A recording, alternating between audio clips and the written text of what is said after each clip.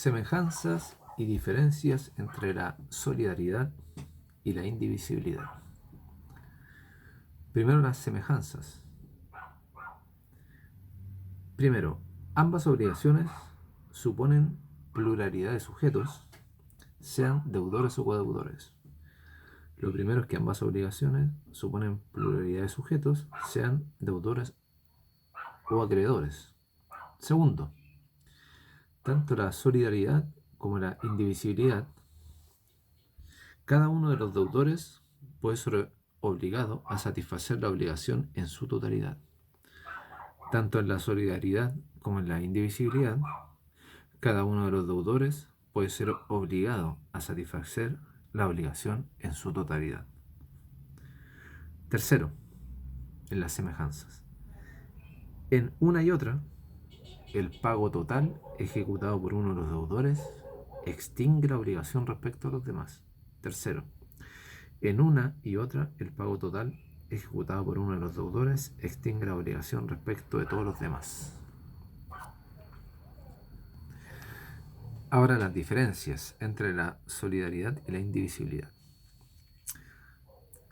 La solidaridad tiene como fuente la ley, el testamento o la convención. La solidaridad tiene como fuente la ley, el testamento o la convención.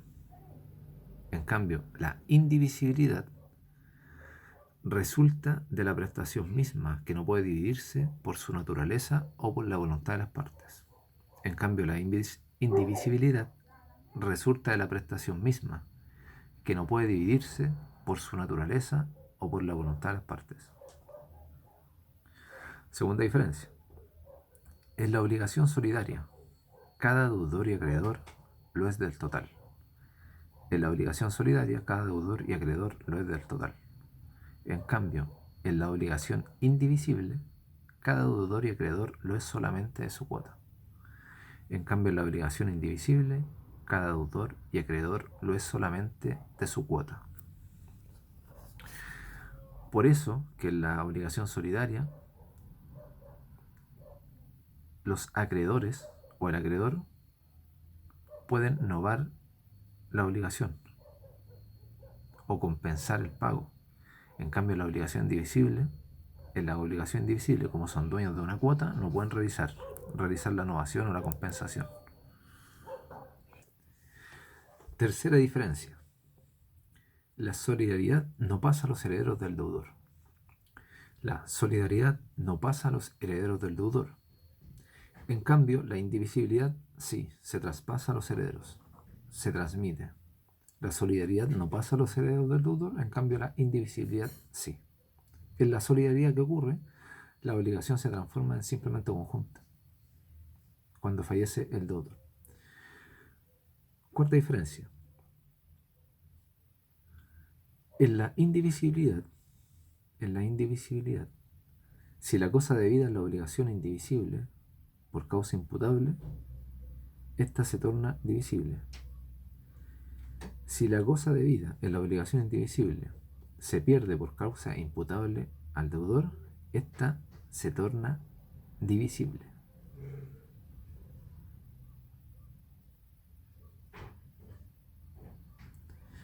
Entonces, si perece la cosa debida en la obligación indivisible por causa imputable al deudor, esta se torna divisible. Esto no sucede en la solidaridad, porque aunque desaparezca el objeto debido y la obligación se transforme en la de pagar un precio, en el precio de aquel, la solidaridad subsiste. Entonces, esto no sucede en la solidaridad. ¿Por qué? Porque aunque desaparezca el objeto debido y la obligación se transforma en la de pagar el precio de aquel, la solidaridad subsiste entre los codeudores solidarios.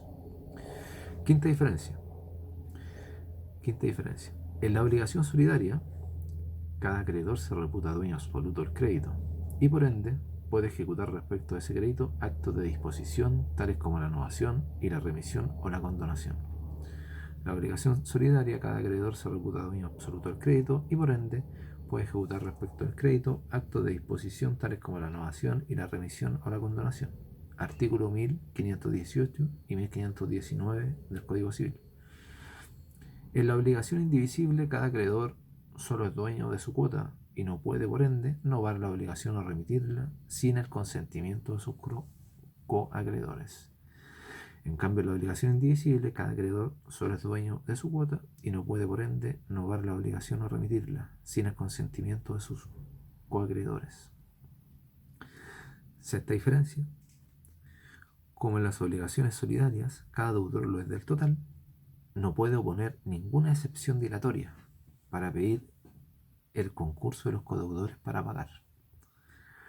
Como en las obligaciones solidarias, cada deudor lo es del total, no puede oponer ninguna excepción dilatoria para pedir el concurso de los codeudores para pagar. En cambio, en las obligaciones indivisibles, en ciertos casos, puede el deudor demandado pedir un plazo para entenderse con los restantes codeudores y pedir de consuno, cumplir la obligación. En cambio, la obligación divisible, en ciertos casos, puede el deudor demandado pedir un plazo para entenderse con los restantes codeudores y cumplir de consuno la obligación.